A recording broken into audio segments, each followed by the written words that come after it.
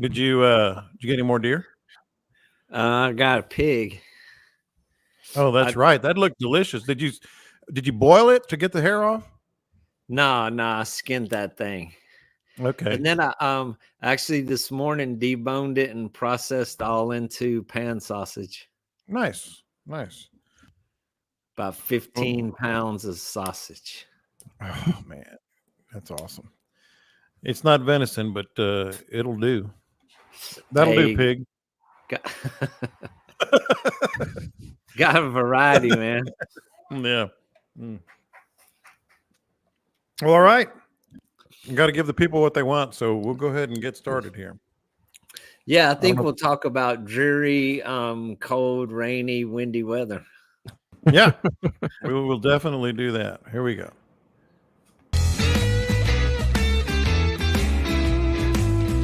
All right, everybody. Meat Podcast. Happy New Year. Happy New Year to all, especially my guys here. Captain Scott Knoll, Captain Dean Thomas. Captain Caleb McCumber is in transit to Arlington. Who knows what he's got going on, but he might check in for a sec, but won't be joining us today. Has been already a good New Year because we're back live with you guys on YouTube, and we really appreciate you guys joining us here. And of course, subscribing to the podcast. We really like when you do that. It's probably the easiest way to get the full podcast while you're driving to the ramp or whatever it is you're doing. Sitting around the backyard, doing some yard work. Get a lot of people telling us how they're listening to the podcast. Maybe that'll be a topic at some point. We do have some good topics this week. The first one, I might surprise the guys a little bit here. It's about the bag limit proposal and the question of is it too much too soon? Certainly, we had a lot of fishing in the last couple of weeks. Last week, some of the subtle signs that you should not ignore that came into play this past week. I was fishing probably about three or 4 days, and I want to ask the guys about that because there's a lot of signs we talk about, a lot of things, etc. But there's some real small, subtle things that maybe can help out as well. And on all kinds of other stuff, including a rapid fire. Not what would Scott do in terms of fishing this week? We'll get to that at the end of the show. But what would you do in certain circumstances? That was a fun one. That was just kind of born out of conversation I had with a buddy of mine via text, and he was asking about what the captains would do in certain situations. So we'll get to all that. But let's get rolling. I believe the quote from Dean Thomas was, we can talk about how dreary, cold, wet, nasty things are windy right now. And windy. Windy. Don't forget windy. So we'll start with you right there, Dean. What's going on? It's getting colder as the day is going on today.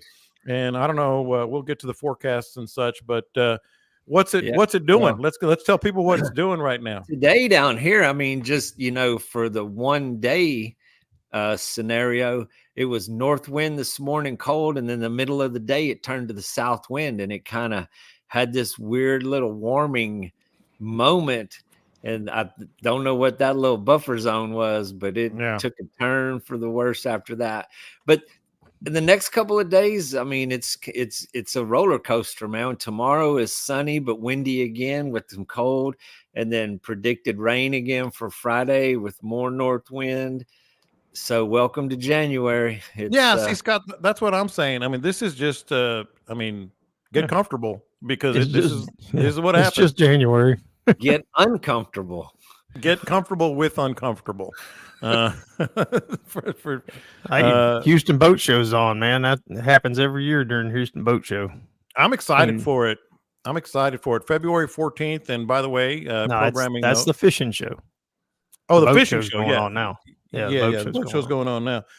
Fishing show is February 14th, and your happy hosts are going to do a live recording with your questions in real time there at the fishing show. That's on the 14th. I believe we're kicking off the show at 4 p.m. So you can maybe put that in your calendar. And I'm excited. It's a lot of fun. I got off the phone with I talked to Emily over at FTU, of course, our presenting sponsor. They got a lot of stuff coming down the pike. I'm going to be out there, maybe do a couple of videos. I talked her into letting me see how they make and design these green rods that we all throw. So look for that in the near future on this YouTube channel if you're watching live on the YouTube channel. And everybody we know is going to be out there, so I'm excited. But let's get into some topics here.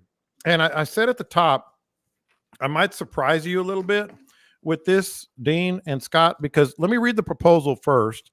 This is Texas Parks and Wildlife Department, I believe, and CCA new trout limits, which we all support. It says reduce bag limit to a daily possession of 3 fish and modify slot limit to a 15 to 20 inch slot.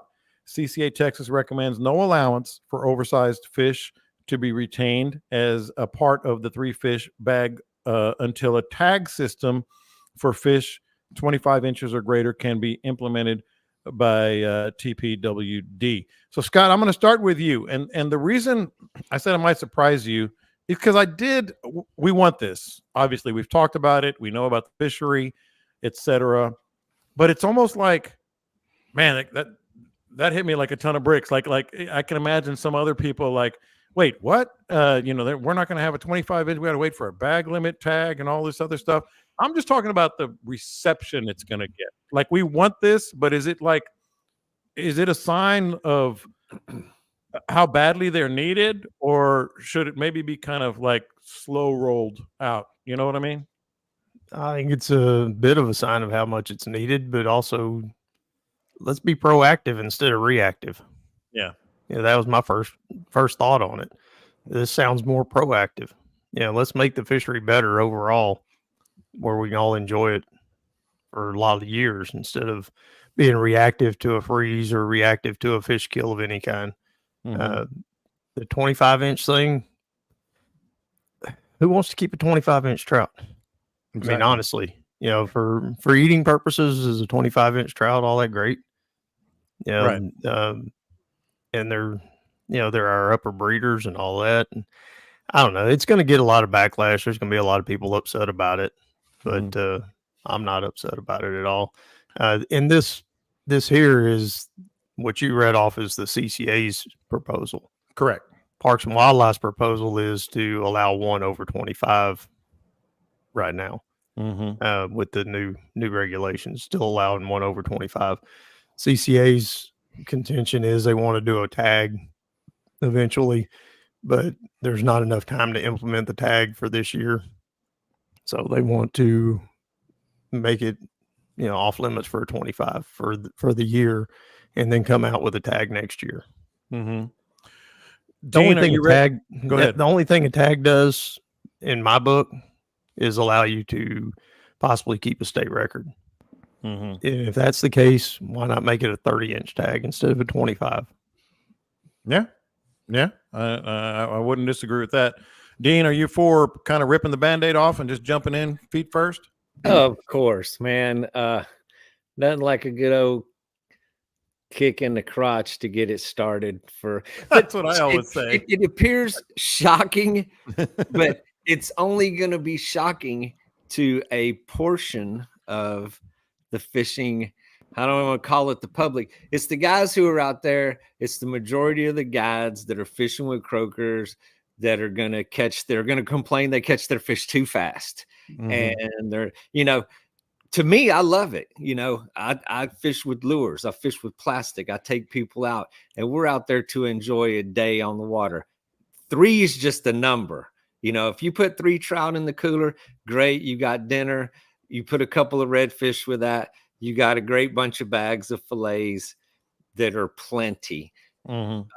So I'm for it, man. I mean, I couldn't be more pleased with it. I think everybody should pick up more plastic and spend some time creating a challenge out of catching a fish instead of worrying about how fast you can get your limit in the cooler. Yeah, no, I trust me. You guys know I agree with that. Oh, yeah. I was thinking more of like reception, like oh my gosh, well, this is going to be a big public. show. I mean, the guys that are going to scream the loudest are going to fall on deaf ears in a short amount of time. When it went to 5 fish from 10 fish, they were screaming bloody murder. Oh, you're going to turn us into outlaws. You got to run us out of business. You can't find one person that will be against the 5 fish limit after it took place, and they saw the results. So we put 3 fish limit.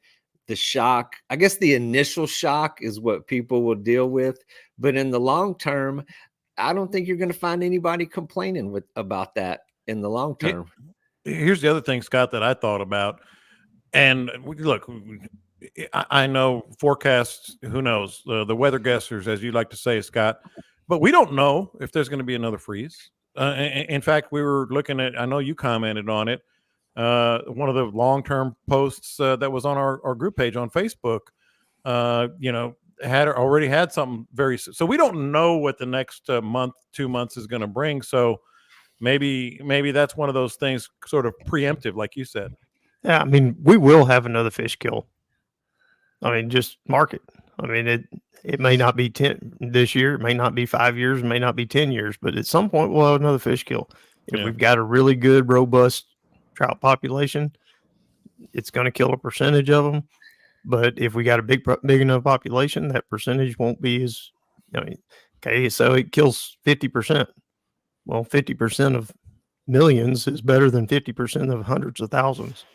Yeah. And then you got to look at the big picture. It is the amount of people on the water. It is a lot of pressure on the resource. Of course, nature has its ups and downs. There's going to be freezes, but I mean, you have the amount of people that are out there. There are, the freshwater inflow issues. There's pollution issues. There's, choose a category. There's tons of pressure on the resource. So protecting the resource for the future from all of those issues. I mean, it is in the big scheme of things, there is a lot of reasons to keep as many fish in the water as possible. And, 3 fish, 3 trout, and 3 reds is an amazing pile of fillets. It is. That's the other thing. No, it really is. Hey, go ahead, get ready for this summer. Limits by 7. Oh yeah. Yeah. That's good. Launched at 6:45 and done at 7. Yeah, they're gonna be the new brag is gonna be, can you beat 7 o'clock? Back at the dock by 7. But we hear all of the stories. The biggest complaint that I hear from people who booked a guided trip and they weren't pleased with it is that the guide brought them early when they were done with their limit. These people that come out and want to enjoy a day on the water are not interested in that number in a short amount of time. No, they want to be outdoors. They want to enjoy a fishing trip. I ask people all the time. I said, tell them, doing some marketing research. Would you rather stand up on the front of the boat and cast all day and catch what you catch, whether it's good, bad, or indifferent? Or would you rather come out and get your limit in 1 hour and go in? 100%. Nobody wants to go in 1 hour. Yeah. So, I mean, people book their trip months in advance. They anticipate the day that they're going fishing, and then somebody brings them back at 7:30 in the morning. Yeah. Now what? Because they're done. That's like, I ain't done. You might be done, but I ain't done yet. I've told the story on air. I had that experience, and I was like, this is the worst. The other thing, Scott, that it might do, it might actually enhance the number of people throwing plastics. Like because, it's one thing to throw 3, you get a limit of fish. Let's say you throw bait and you're like, well, let's just see what we can do now. We got our limit. It actually might help people realize you can have a lot more fun the other way. Yeah, I mean, that's kind of the progression of most people along the way. I know it was for me. I threw shrimp as a kid. Yeah. And live shrimp under a popping cork. And I kind of got away from it a little bit. And then I didn't do as well on plastic. So I went back to it and I was, waffling back and forth. And then finally I got to a point where I was doing well enough with the soft plastics that I just said, I'm not going to mess with the bait anymore. Mm-hmm. And I think some people might switch over. We'll see. Mm-hmm. The ones that got to throw croaker, they're going to throw croaker. Yeah, they got to get their limit. And that's, me and Doug Pike had this discussion a little while back. The limit shouldn't be the goal. The goal should be having a good time. Mm-hmm. the limit is just a limit. It's like Dean said, it's just a number. It's where they tell you have to stop, but you don't have to stop there. You can stop sooner if you want to. And I say we really kick them in the nuts and go ahead on and make that croaker law. While we're at it, in association, we got that shock and awe going. Yeah, yeah. You thought that was shocking? Check this out. Guess what else we're gonna do? Yeah, that would be good. So in association with that would be awesome. Yeah, no, I'm with it. I think everybody that's been on this podcast, most of our listeners are with it. And the limit. I will say this, like when I was, and it's a young man's game when you're trying to like get your first limit, like it is, what Scott said is true, but if you've never had a limit, you want to go out and try to get a limit when you're young, like I remember it was 10 or what was it before 10, Scott? It might've been 20. Yeah, it was 20. Yeah. I still remember like decades ago when, and I'm not proud of it now, but when I got my first 20 fish, me personally got my first 20 fish. I get that. We'll just make it 3. Just make it 3 and you can hit that goal a little quicker. Should be a whole lot easier. Yeah, I mean, I was fishing when there wasn't a limit. I mean, there was a size limit. I think it was 12 inches or 13 inches, but there was no number limit. You quit putting them in the ice just when you got enough that you didn't want to clean anymore. Here's the other thing about big limits. It's all fun and games until you get to the cleaning table. Oh yeah. And then you're like, damn. Yeah. That's when the real work begins. I learned that at a very, very early age. You go out with 2 guys, you're the one cleaning 60 fish, not them. Yeah. Oh my God. I did get good at it for a while. I couldn't even tell you if I'm good at cleaning fish anymore. I've never cleaned more than 2 or 3 in the last 5, 6, 7 years or whatever. But all right, so this came to pass this past week. I got to be out on the water a lot, thankfully, and this is not a question. This is one that came to mind because of something that happened. Oh, I got to tell you a story real quick. So for Christmas, I got one of those GoPro things. I don't know if that's the brand or not. Put it on my boat. Was playing with it, and I said, all right, I'm gonna get a good video of me, and it's one of those that loops, I'm gonna get a good video of me catching a fish and whatever. I finally got to this one spot, my wife and I, and it was like textbook. It was like absolutely textbook. And I pulled a line that Dean likes to say this a lot, and I said this to her. I said, "Watch this." I said, "Watch this. See that egret over there?" And it was kind of nosing around and pecking at stuff in ankle deep water. And then there was another egret, like maybe 20 yards to its right as I was looking at it. And it was kind of fluttering and looking around. I said, there's fish right there. You watch. And we hadn't caught anything at that point. I said, there's fish right there. So I did the whole thing. I got in there. My trolling motor went out, which I need to get some help on that from you guys. But so I kind of drifted right in, like third cast, whack, beautiful trout on a top water. And I turned to the camera and I said, all right, guys, this is what we talked about on the podcast. I know Scott is, likes to use this. I said, see that egret over there and that egret over there? We knew there was going to be fish. I went back and I was so proud of myself. The battery died.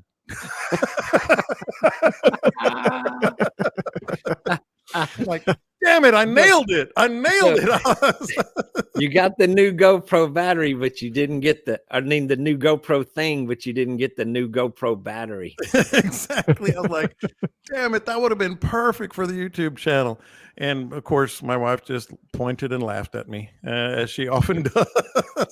So what is the GoPro thing you got? Was it a clamp that holds the camera up? Or yeah, what? it's a clamp, and the camera sits right in the front of my, my grab bar on the helm.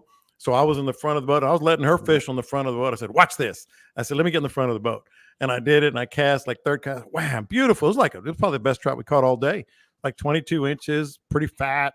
I turned around. I talked for like 45 seconds to the camera, and she's looking at me like I had 2 heads. And I said, no, that's going to be great for the YouTube channel. And I turned around, I looked at the camera, like, well, crap. Yep. You probably said some very profound things too. Crap was not one of them. Crap was not one of them. But it got me to thinking. And that's where this topic comes in. And Dean, I'm gonna start with you. Like subtle signs. We talk all the time about slicks and shallow water and drains and dumps and all that stuff.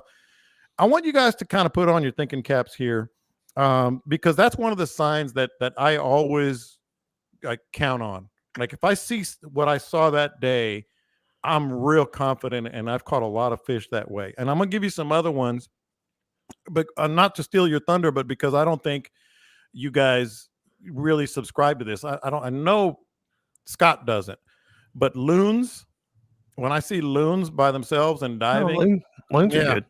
Yeah, I'll see a lone loon out there, and I'll Loons, just pelicans. Yeah, well, not so much pelicans, but sometimes pelicans.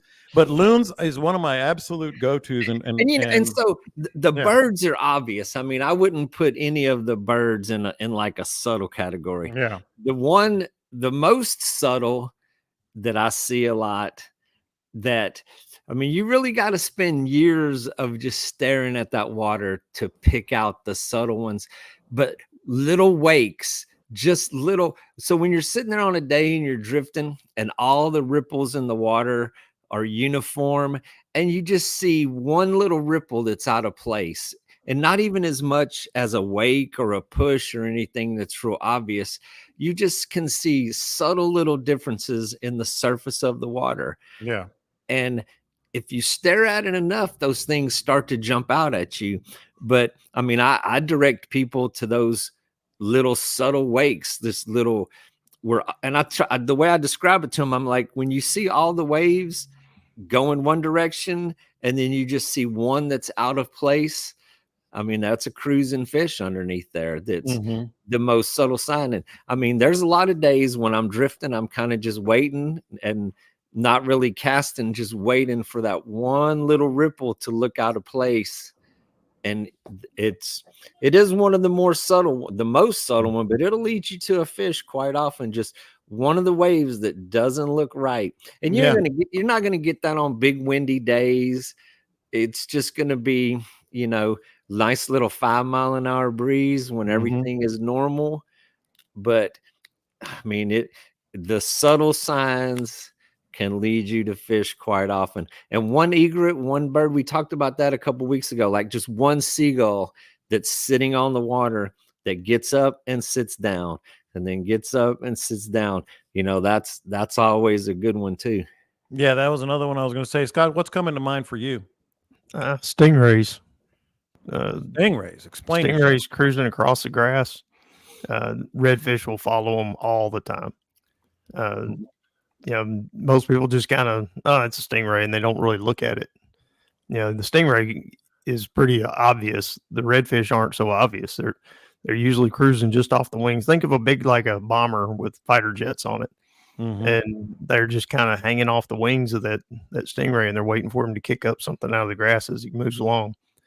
But also stingrays just being in the area. If I start seeing a bunch of stingrays in an area, I know it's got a lot of food in it. And the same thing that stingrays eat is the same thing redfish eat. Yeah. And so that's one of the little signs when I haven't been seeing a lot of fish, but all of a sudden I start seeing more stingrays as I'm pulling down the shoreline. I start getting a little excited about that. One of the others, something that was on my mind as I was thinking of that, and now it just kind of went away. But well, think about it, and I'll bounce these two. It happens, trust me. Hey, you hit that big 6-0, man, like I did. Think about it, and I'm going to bounce a couple more that came to mind for me. And Dean, this is right in your wheelhouse, because I remember the first time I fished with you, we were talking about this behind your top water. Like if the bite is finicky or slow or whatever, you say this a lot too. Look behind look behind. There's something following it. It's weird because your top water is making action on the water, but there is a subtle little difference when you see a fish in that little wake. Explain that. Yeah, it'll be just a different change in the wake behind it. And of course, when you're twitching your top water, you're pulling in, it's always creating a little V wake. But I say it all the time, man. The top water is a fish finder. You're going to have a lot more fish follow that thing than will actually hit it. And you'll see, it looks like a torpedo coming up behind it. And, so, you know, sometimes it's painfully obvious. You see them, they'll come right up to the top, but you'll just see a different little bulge or a different change in the water behind the lure. And that's whenever you want to stop, pause it, maybe speed it up a little bit. It's a sign you want to change or retrieve a little bit the next time. Usually when they're following and I get that wake behind it and I see they just won't hit it, I start running it faster. I want it to go to like it's getting away from them and try to entice a reaction, or back it up with a soft plastic in the same area. And for most people that don't do it a lot, I mean, we have, you know, guys, they come out and fish with me and they don't pick up on those subtle signs that easy. It's one of those things that takes time and experience and mindless, endless lifetime of staring at that water. And then you start to really notice the little different things. I'm good at mindless. I'm good at that. That's one of my strengths. It can appear that way, man. You sit out there, you know, for hours and hours and you're just staring out into the abyss. You start to notice little things that jump out at you. But I have a lot of people that come fish with me and you start pointing those out and helping them tune into it. And it'll result in a fish. One of the things I see with the people too, that they're not really sure, you know, I think that was a wake. I think I saw a fish. I think I saw it cast. They will all the time. They'll stand on the bow and they'll sit there and watch it, and they'll turn around, and look at me, and go, "I think there was a redfish over there." Well, it doesn't cost anything to cast, man. Just sling one over there and see what you got. Yeah. But I did remember the other one as Dean started talking. I zoned out while Dean talks. So little bitty jumping shrimp, the tiny, tiny, tiny ones. We all notice the big shrimp when they're jumping, they're being chased, and they're jumping around. Everybody knows that's, fish chasing shrimp. The little bitty ones along the shoreline, when they're like 1/4 inch, I'm talking the tiny ones that the fish aren't even interested in, but the shrimp don't know that. So the shrimp are jumping out of the way anyway, and it'll look like rain. And it just, as it's going down the shoreline, you'll see it coming, and it's just this little sprinkle of, looks like rain on the water. And as it's moving, you'll notice it's not all the way down the shoreline. It's just one particular little spot, but it's moving down the shoreline. It's not shrimp swimming down the shoreline moving. It's a fish moving, jumping all the shrimp out. Yeah, that's a good one. And this ties in. Go ahead. Well, and also back to the jumping mullet question. Yeah, AG asked that, are jumping mullet a thing to pay attention to? So absolutely, jumping mullet are huge indication of what's going on, but that changes with the seasons. During the summer, the hotter months, it's like a mullet circus out there. It's just splashing all around you. They're not as it'd be cool. We could put little loops out there and get them to jump through rings. Them like SeaWorld. But right now, during the colder months, if you see, the mullet are attached to the bottom. So in the summer, when the water's warmer, they're up on the surface, they're jumping, they're just living a happy mullet life out there. During the winter, when the water temperatures drop, the bottom is actually cooler. The mud retains heat, so the mullet are more attached to the bottom. If you see one mullet jump, there's probably 20 or 30 other mullet underneath that one jumping mullet. So that always leads me. I mean, we've spent a lot of days in the last couple of weeks where we're just drifting and searching, and you don't see a sign of life anywhere. And you find one mullet hopping that gives it away. And then you focus on that area, and the redfish are intermingled with the mullet. And I said it before, you just need a little careless behavior by one fish to give it away for the rest of them. And then the last 2 weeks, the fish have not been widely dispersed over the flats. You had a great day, and you got to tell everybody about that before this show is over today, about how that one went for you. But for my situations, drifted shorelines, but I found like little coves or one little pocket that just is loaded with fish. And then we methodically work them over where I put the pole down, cast through an area, pick up 2 or 3 fish, pick up the pole, move about 1 boat length, just enough to hit the next sand hole, park it there, fan through that. And I mean, I've spent 2 hours moving the boat, maybe 5 or 10 boat lengths, which is very unusual for me because I'm not the most patient fisherman in the world. But we find 1 or 2 jumping mullet, some mud stirs. That's another one that we didn't mention a minute ago, but through the subtle signs. Yeah. If you're drifting for 30, 45 minutes and you're not seeing anything, and all of a sudden you kick up, boom, 1 big mud stir under the boat, park that boat right there. Don't go any further, and then be very methodical in that area, and you will find another one. Yeah, well, also on that jumping mullet thing, there are times, like you said, during the summer, spring, summer, early fall, when the water temperatures are decent, a jumping mullet, just a lazy jumping mullet means nothing. I mean, I don't pay any attention to them at all. Wintertime, yes, when the water gets cold, like Dean said. But it also kind of, you got to watch how the mullet's jumping the rest of the year. Spring, summer, and fall. If it's a panic jump, like staying kind low to the up. Yeah. Well, they stay low to the water and they're scooting. They're like multiple jumps right in a row. That means there's something around there. Something has spooked them. But just the lazy jumping mullet, man, we've drank many a beer sitting around talking about why do mullet jump. Just that sounds like a Dean conversation. I tell people that they're me and Dean. If you look at them when they jump, if you look at them when they're in the air, you can see they're smiling. Yeah. They're happy. They're laughing at us. Yeah, our old buddy Bill Harvey, he was in on that, and he's fisheries biologist, and he's sitting there one day with me and Dean, and he is going over this PhD on why mullet jump on, and some kind of a sea lice thing, and they're scratching the itch, and they're trying to knock these things loose, and blah blah blah blah. He's going on. Well, he's a scientist.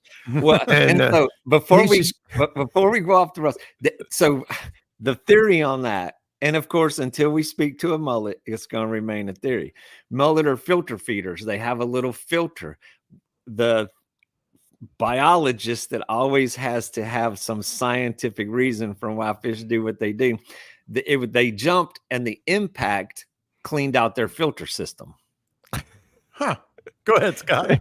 But as we were sitting there and we're doing all this, we let him go on for a good while, and then I just stopped, and he says, "Well, what do you think?" And I said, "I think they do it because they can.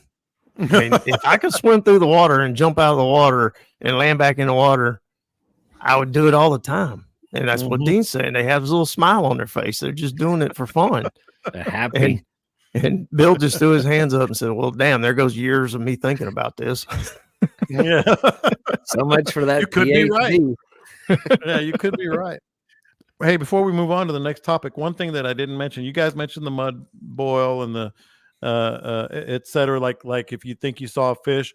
The other thing is, I don't know how I feel about this because I've had such mixed results, but the quote unquote nervous water, Dean, like it's just sort of like just percolating on the top. I've had days where I'm like epic, and then I'm days like, well, that just frustrated me, Well, ain't none of this etched in stone.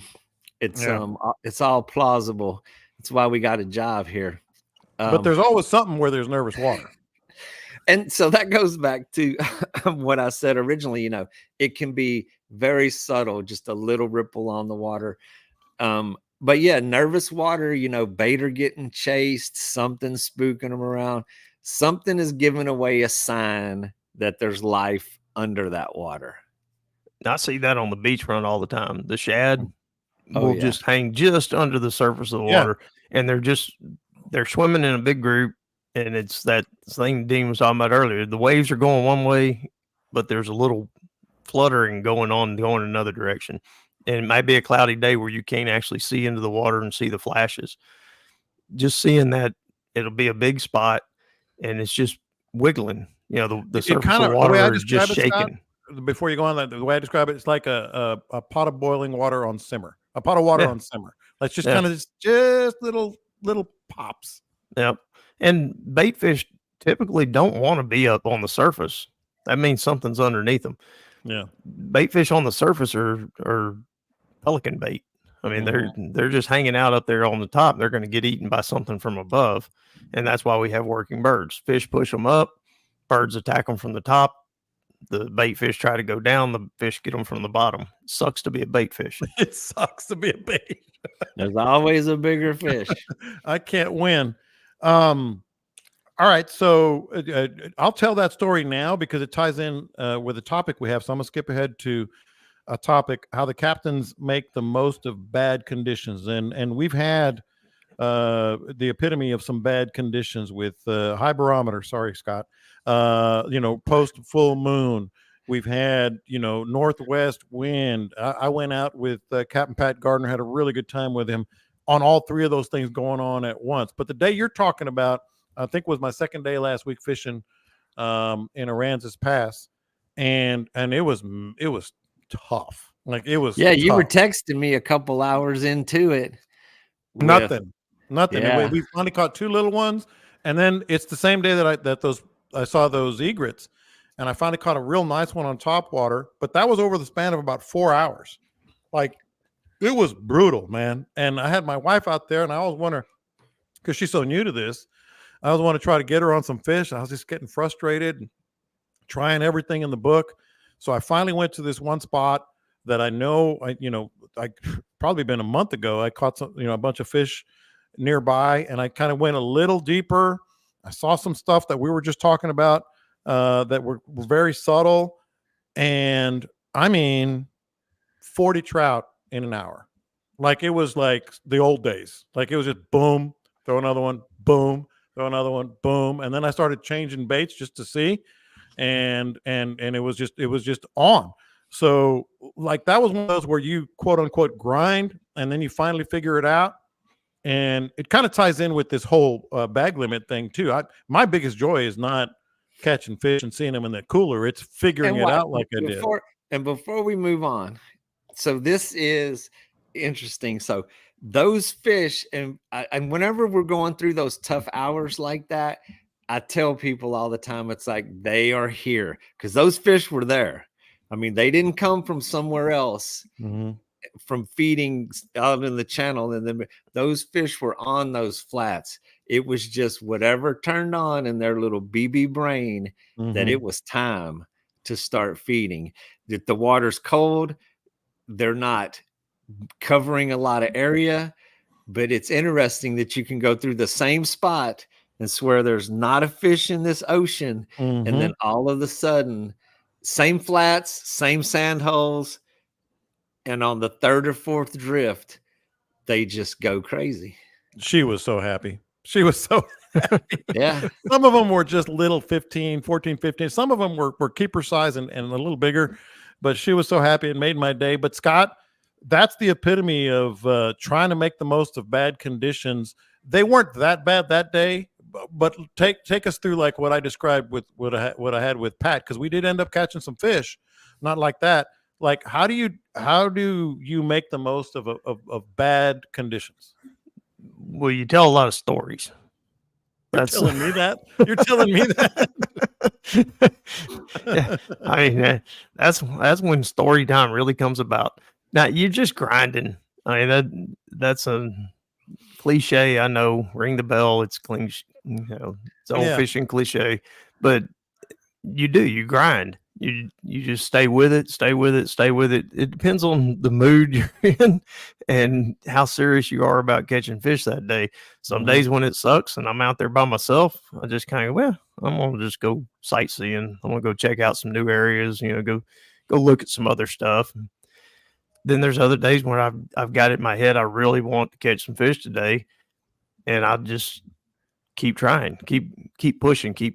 And then when that dinner bell rings, like Dean was talking about, the little fish's brain flips a switch and they decide to eat. I know I'm in the right areas. I've been doing this long enough. I know where the fish should be and I'm seeing fish. They're just not eating. And and the you tough just got to part wait them out. is keeping people's confidence up.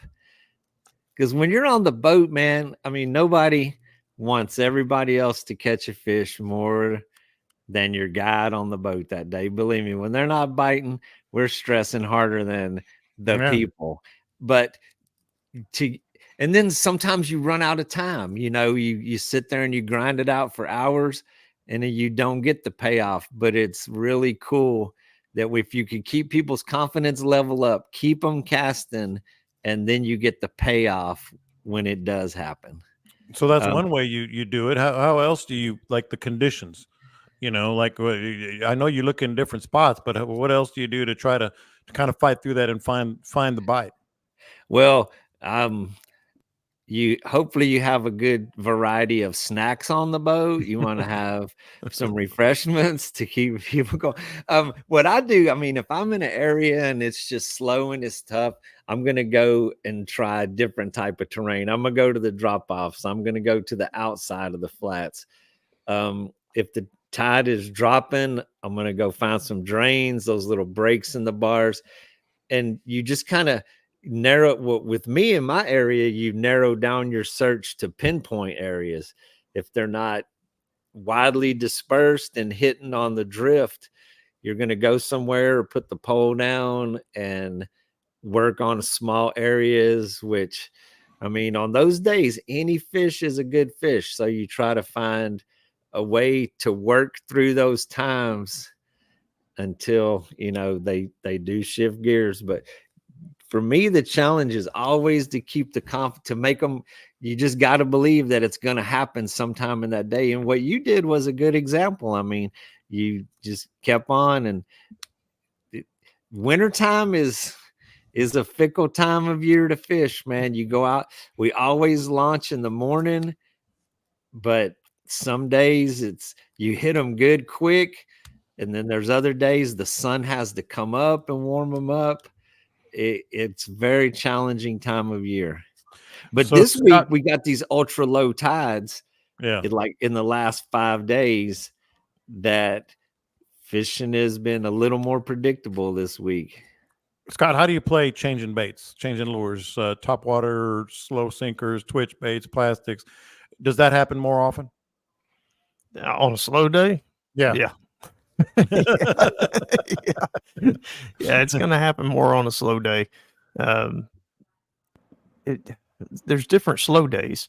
Mm-hmm. There's slow days where you're in fish and they're just not eating. So yeah, you start moving around. You try something different. You do different things all the time. Colors. You start changing colors more. Go light, go dark, go, put chartreuse tail on, take chartreuse tail off. Or you go paddle tail, rat tail. Yeah. You can bounce around like that. But if you're in an area and you're not seeing fish, that's when you start doing what Dean was talking about there, was going and searching different areas. And a lot of mine is super subtle. It's like I'm in a muddy area, and then I move over to a harder sand area, and then I move to an area that's sand and grass, and I move to an area that's got some shell in it, maybe a 6 inches deeper. It's not like I'm going from fishing a foot deep over grass to a drop off of 8 feet. Yeah, I'm looking at very subtle things, and most of the time a customer wouldn't even notice it. Mm-hmm. I'll usually start talking about it as part of the deal of we're not catching fish, so let's talk about it. I've done that. We got to discuss it. We go to a flat, or I tell people we're drifting and we're fixing to cross over some deeper water, and it went from 1 foot to maybe 18 inches, and they're like, dude, I never saw any deep water. Well, it's relative to but just like Scott said, you can hit just some deeper sand holes, and then all of a sudden you get a better reaction from them there.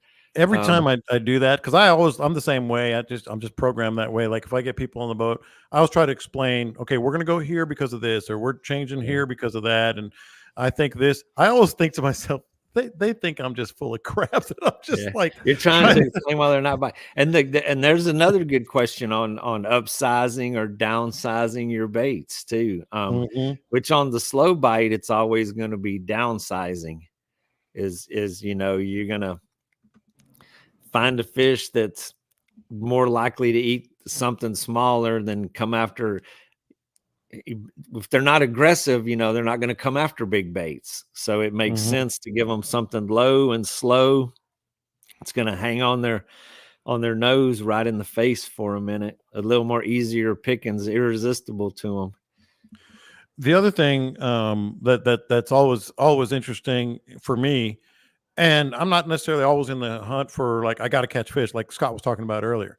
I don't know how much you guys do this because you already know the bays so well, but a lot of times I'll look at my GPS or whatever, and I'll say, I've never ever fished here, and I'll just go there. Like if I'm not going to catch fish and I've grinded for 3 or 4 or 5 hours, I said, you know what? I might as well explore and find something new and see if there's anything there while I'm at it. You know what I mean, Scott? Oh yeah. Well, that happens. That's whenever you get into exploratory mode, or you go to. What I'll do is I'll go someplace I haven't been in a long time.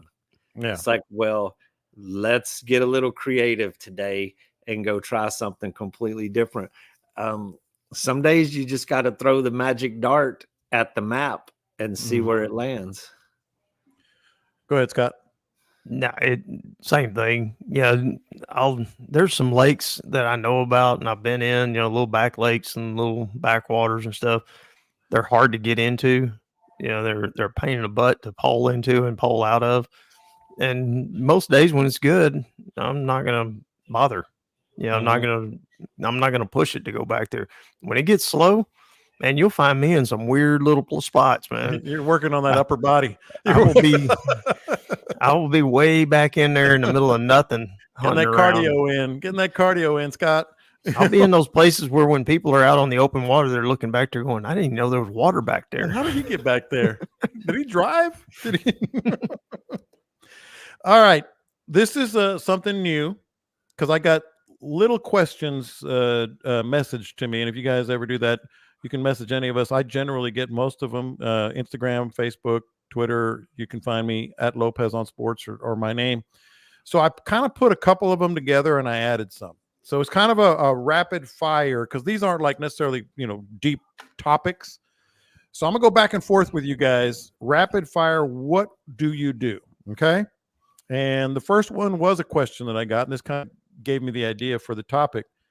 What do you do with old hooks, lures, and lines? Now, the easy answer, Scott, is, well, I recycle them. But the guy was asking, like, he said he had a big wad of old hooks. And what I do with old hooks is I keep that, I love my pretzels, and I keep all my offshore baits in there, my topwaters and those big plastic Costco pretzel things. I put hooks in there because it has a lid. And so what I do is I put all my hooks in there. When it fills up, I close the lid and just throw the whole thing into recycling. That way you're not cutting yourself and getting all this rust and everything. But just real quick, this is going to be rapid fire. What do you do with old hooks, lures, and line? Yeah, old hooks go into my Dr. Pepper cans and go in the trash.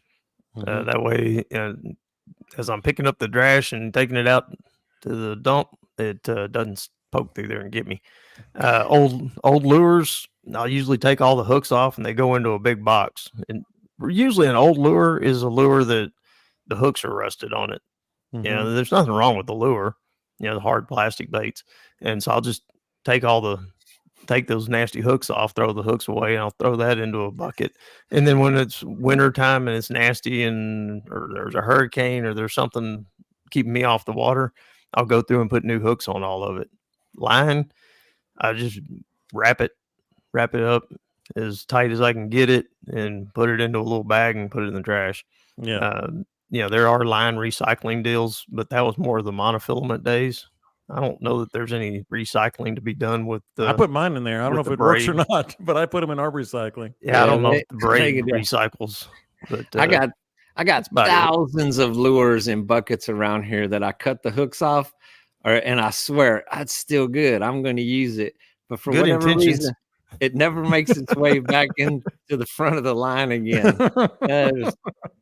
even my desk, and they're on my countertop right now. There's probably 30 of them that I just push around in Man, circles. you could spend a weekend and just But have I just lures don't, for years. I just don't have a weekend.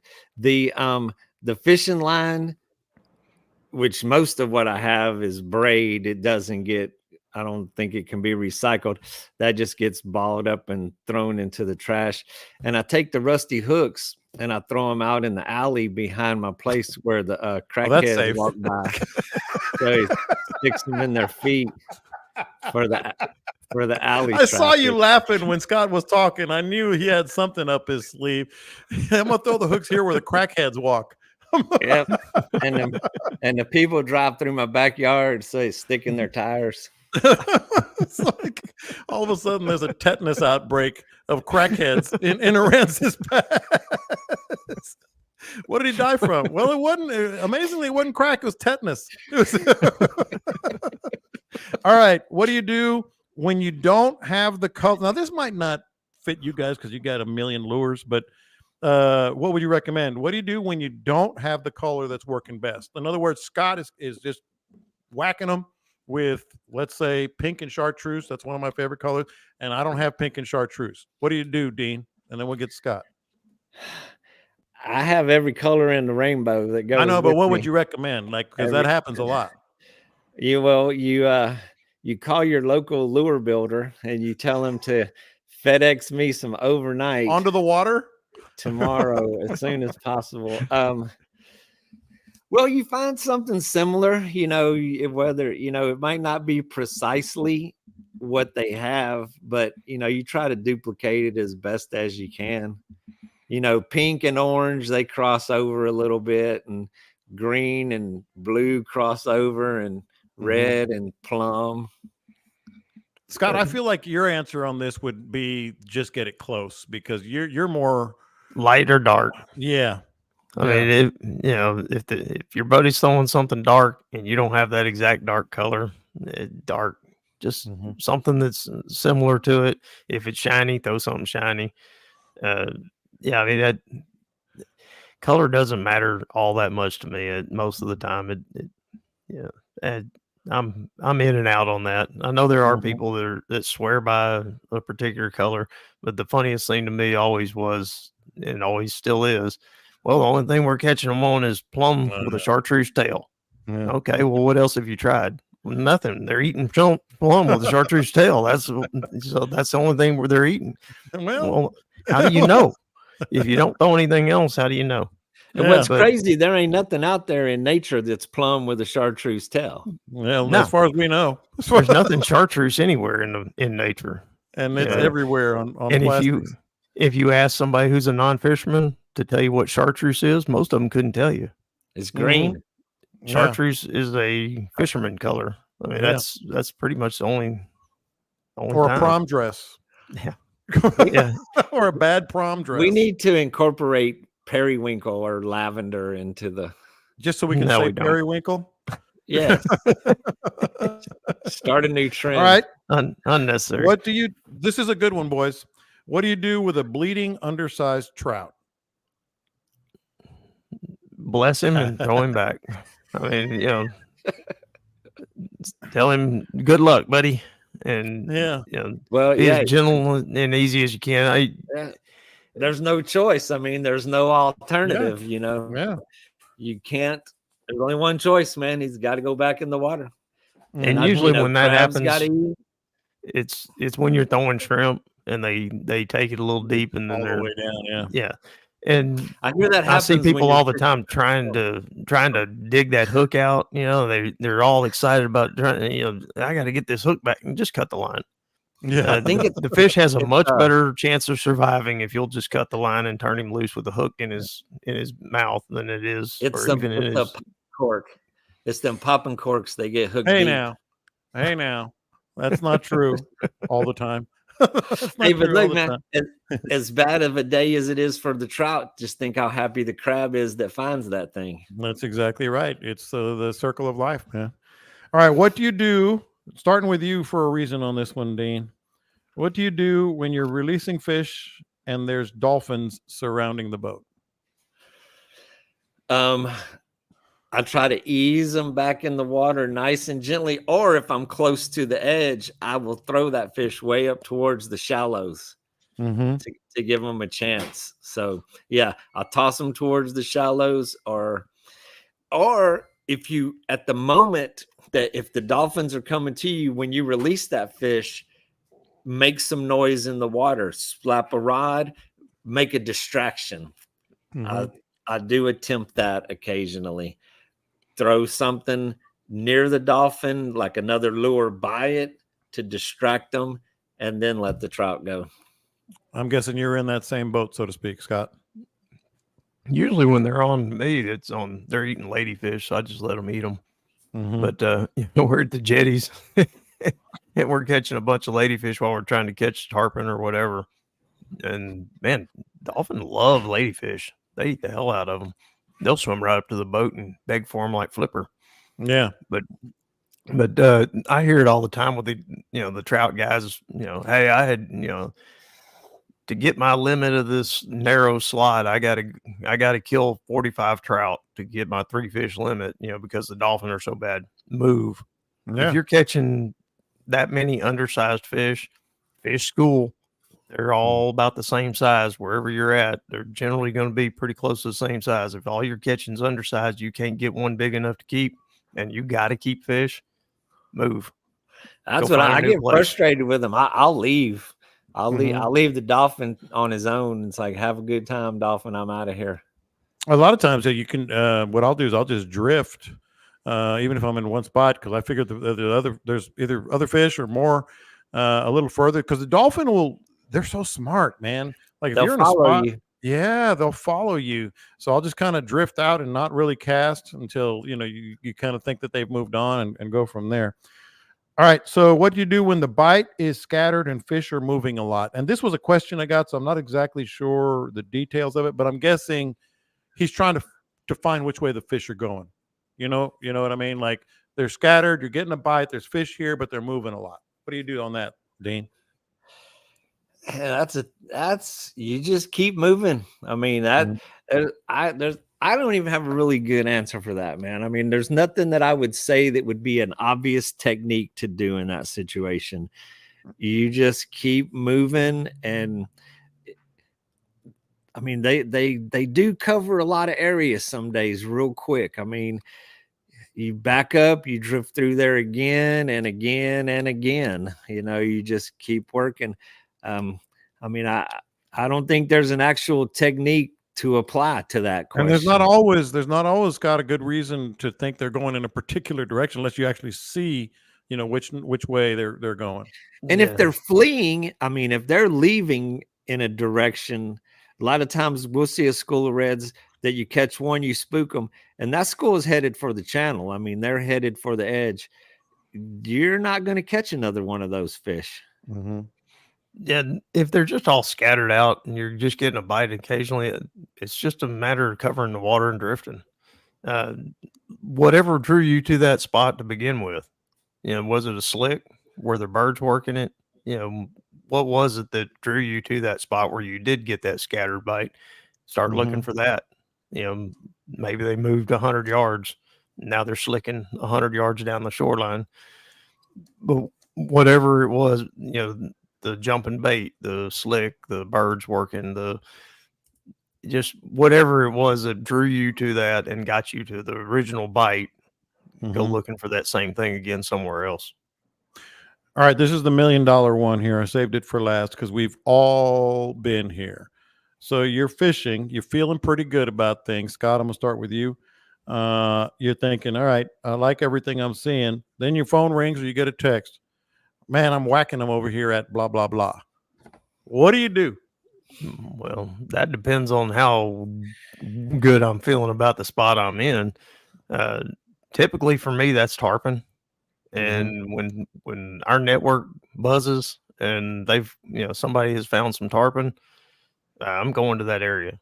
We know the guys who are in the network know how to work the tarpon and know not to run over it. And if you're trusted enough to get the phone call, then you're trusted enough to go over there.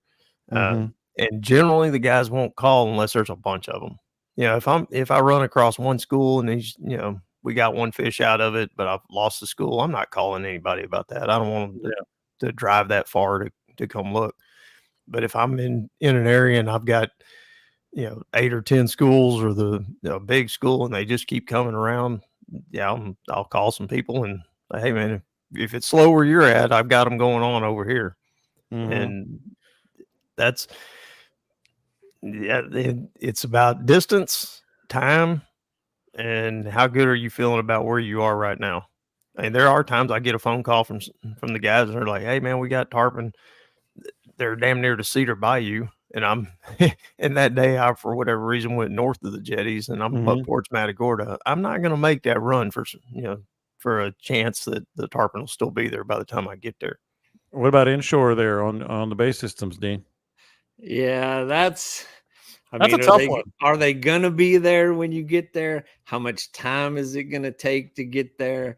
Do you want to give up on what you're doing to go? And if you're having a really crappy day, it's going to be like, move over, Junior. I'm on my way.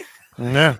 Save me a place. Something you can do in the bays if you do get that call is, and you don't really want to run all the way over there, ask them what they're fishing. I mean, are they fishing drop-offs? Are they fishing shell? Or are they in 3 feet? Are they in 8 feet? Yes, what are they feeding on? It'll lead you to some other terrain that's similar to what they're doing without going to the exact same spot. Yeah.